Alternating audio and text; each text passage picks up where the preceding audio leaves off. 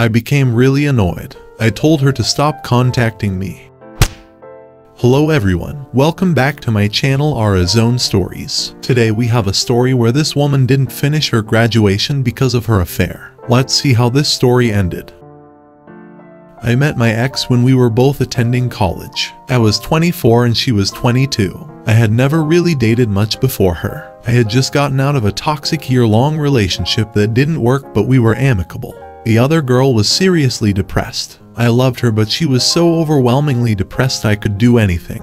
I consider myself an empath and her depression would seep into me, so I broke it off. My ex was the one that sort of approached me, as we were both living in the same apartment complex. I had gone out of my way to help her a few times, but she asked for a ride, and that was what sparked the friendship then relationship. I would spend hours with her whether she was at home or closing at the sandwich store she worked at. She was taking time off from school due to depression and a failed engagement from a year or so ago. Though as far as I know she never finished school period and transferred twice to other universities. We partially bonded over her story about who she had been betrayed and cheated on by her ex, though I now question how much of the story was true. We became inseparable. She introduced me to her parents only after 2 months of friends with benefit. After a few months, I wanted to become my girlfriend since I simply had no interest in other girls aside from her. She declined, saying she wasn't ready because of her past engagement. This should have been my first red flag,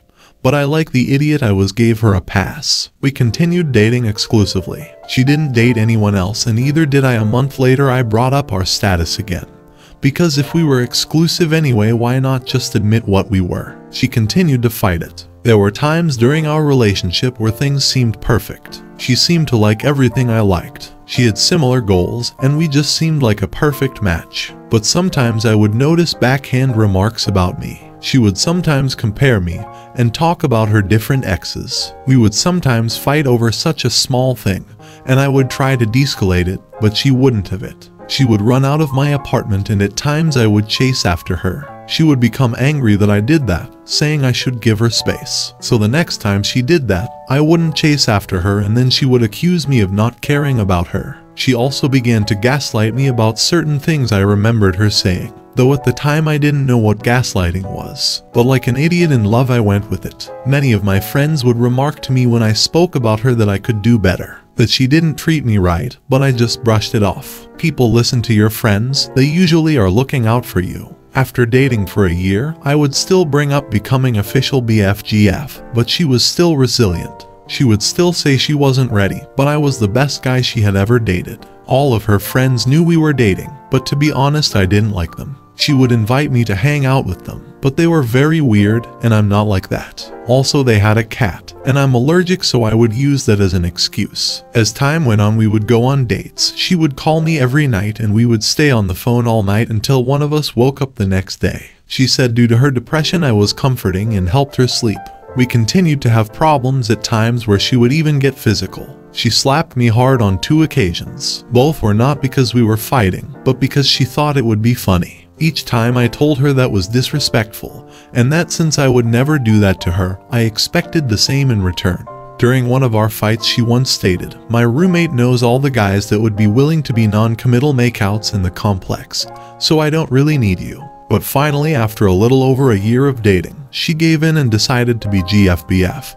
But I noticed that she seemed to keep it secret to everyone except her family. I thought it was weird, but seeing as I had gotten what I wanted, I paid no attention to it. I'm going to put this in here and say there were times I wasn't a perfect significant other. I also deal with depression, and the stress of work, school, family, and her became too much at times. I lashed out but never hurt her. I would point out the things she had done that were hurtful to me. We broke up several times. Sometimes I would break up with her, and sometimes she would break up with me. But each time one of us would relent and come back to each other. One time I was a bit manipulative and self-harmed to show her how much it was hurting me. She had also self-harmed and expressed being ending herself during us dating, and to be totally honest, I got the idea from her. I was truly in love with her. She told me she was with me. We discussed marriage, children, where we would live, etc. During this time, she moved twice. First to an apartment down the street, and then to her parents' house about an hour north. During when she lived in the apartment down the street, she threw a party. When it was over, none of her friends stayed to help clean, just me. She told me this was proof I'd be a good husband. After her move to her parents, I would visit her almost weekly, but I began to notice a bit of distance at times. She was replying slower and slower to my texts and calls, but if she called or texted me, she expected a quick reply. Whenever she needed me, I would come to her, even at 1 a.m. in the morning when I had work and school the next day. After a couple of months, I began to suggest getting engaged, but then she started to do the same thing she had done with being GFBF. She would use her depression from her past relationship as an excuse, and then she asked if we could go back to casually dating. This was the dumbest thing I had ever done. I said it was okay. I thought this would show her that I was the guy for her. Over the next few months she would go on dates, but she would tell me about them, and tell me how much better I was than them. I continued to not date because I was a sap in love with her, but I had told her if she found someone she wanted to pursue, I would end our relationship, and she could go after him.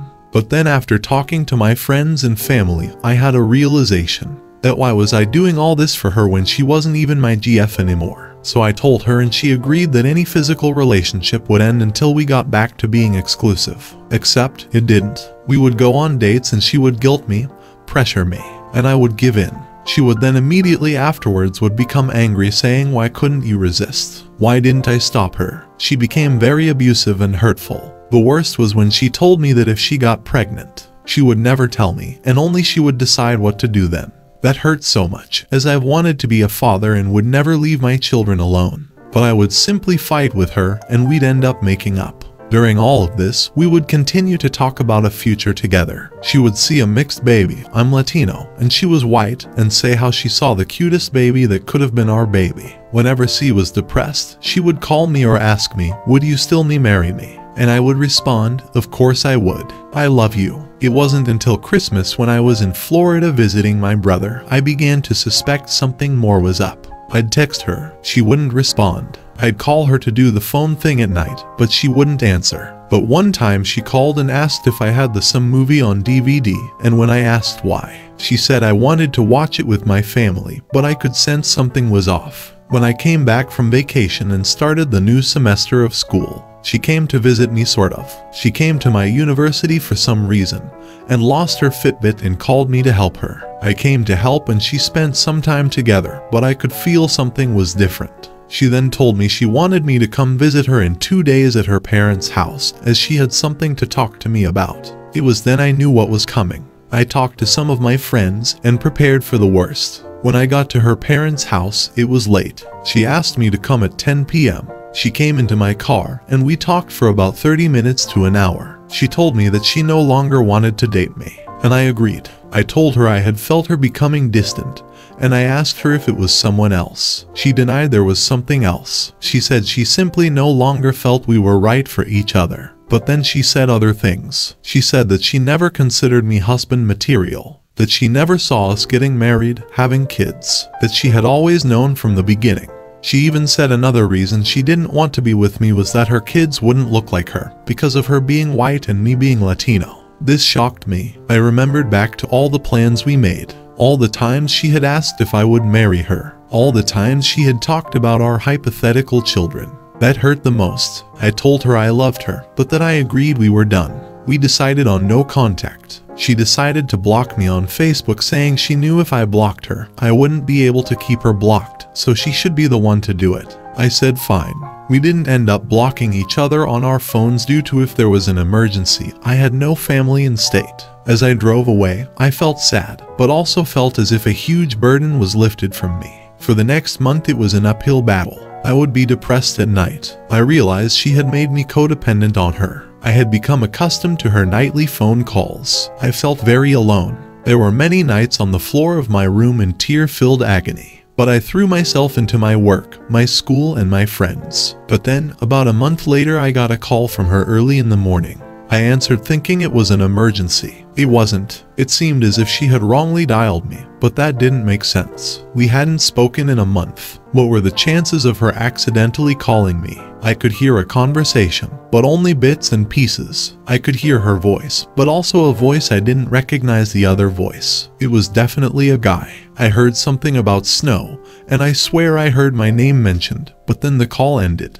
I know I shouldn't have, but I reached out to a few friends and heard she had started dating someone. I then reached out to her, I know I shouldn't have, and asked if she was alright. It took a few days for her to respond. She then said she had wrongly dialed me, but she had wanted to speak to me. She said she really missed my friendship, and for a few minutes we spoke as if nothing had changed. She told me she had started seeing someone. I told her I had heard, and she asked how, and I told her from friends. By then I had seen a picture of the guy. She began talking about him, and about his flaws. I just listened, but I began to feel weird about it. She then spoke about his hair being weird, and I responded it is a bit, but I guess she had been speaking about his hair years ago, and then began to question how I knew what his hair looked like back then. I responded, sorry, thought she was talking about now. She then told me that she had recently been getting a lot of random friend requests on FB, and she asked if they were me. They weren't. We ended the conversation shortly after, and I began to have a weird feeling about it. I was sort of happy for her, but the more I thought about it, the more I realized I didn't want to continue talking to her. I messaged her the next day and told her, while I like talking to you like we used to, I think we should continue to not speak.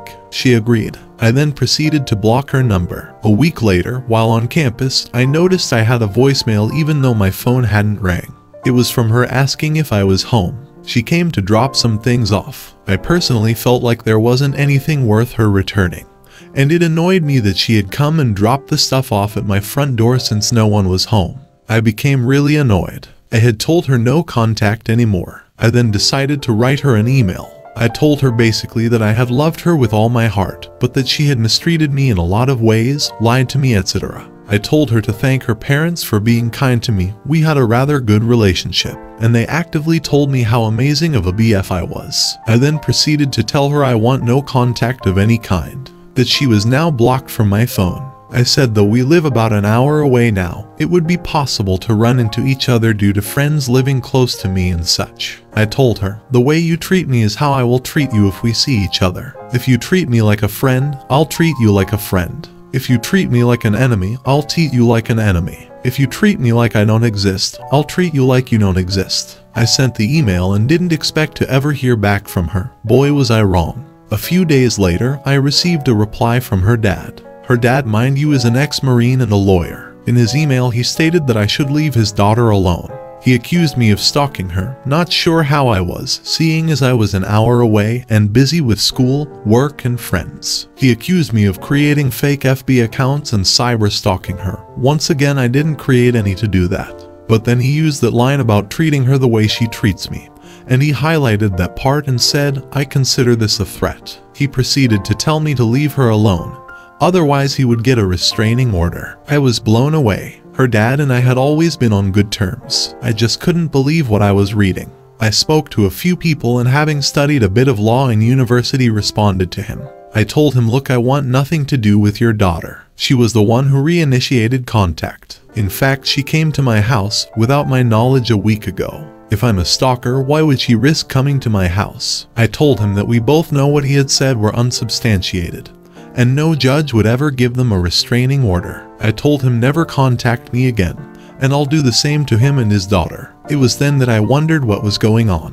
What stories was she telling people about me? What sob tale is she spinning, and why? I told some of my friends about what happened and they were blown away too. They just told me that I had dodged a nuke and I should be happy. I thought the story would end there, but like I said, this is a cheating story. A long one, but a cheating story nonetheless. So we had broken up in January. Just after the first week of April, a friend of mine messaged me while I was working and told me that my ex had just gotten engaged. I was floored. It had only been 3 months. For the girl that had constantly said how hard relationship had been for her because of her cheating, abusive ex-fiance, it just didn't make sense. But what was interesting, my friend told me, was a comment that someone had put on her announcement. This person was congratulating her on her engagement, and so happy she could help them get together back in November. The same November when we were still going out. Yes, weren't exclusive at that point, but to me, since I had given her several outs and she lied about there being someone else, I consider that cheating.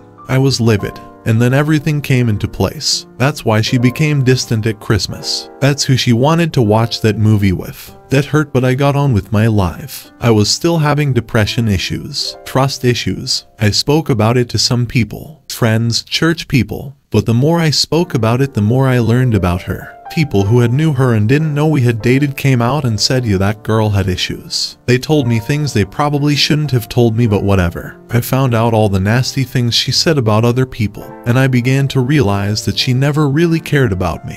She simply wanted someone to care for her and then dump once someone better came along. I realized that the reason I fell in love with her was not because of who she was, but what she pretended to be. She had heard about me, knew I was a nice guy, and decided I was empathic enough to trick. She simply reflected myself back at me, and I thought I was dating someone similar to me.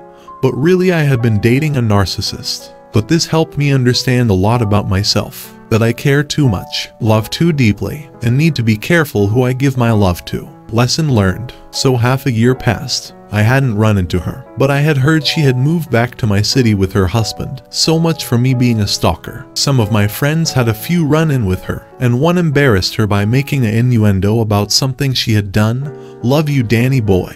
Brothers for life. I got invited to a friend's wedding. I couldn't make it to the actual ceremony, but I made it to the reception. I was just finishing up making a small speech making fun of my friend.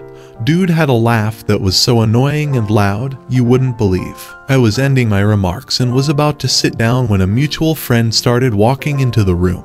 And who was right behind her? My ex and her husband. I saw her and was a bit surprised. Just as she was about to walk into the room, our eyes met. And in the moment, instead of walking into the room, she pushed her husband back into the hallway out of sight and quickly followed. I was taken back and stepped out to the other side of the building to collect my thoughts and feelings. I was overall fine, but the shock of seeing her was interesting. After a few minutes, I came back into the room and noticed my ex and her husband had never entered the room. I then asked my friend if he invited her, and he said yes. I told him a heads up would have been nice, but he said that he didn't even think about it. He wasn't that close of a friend.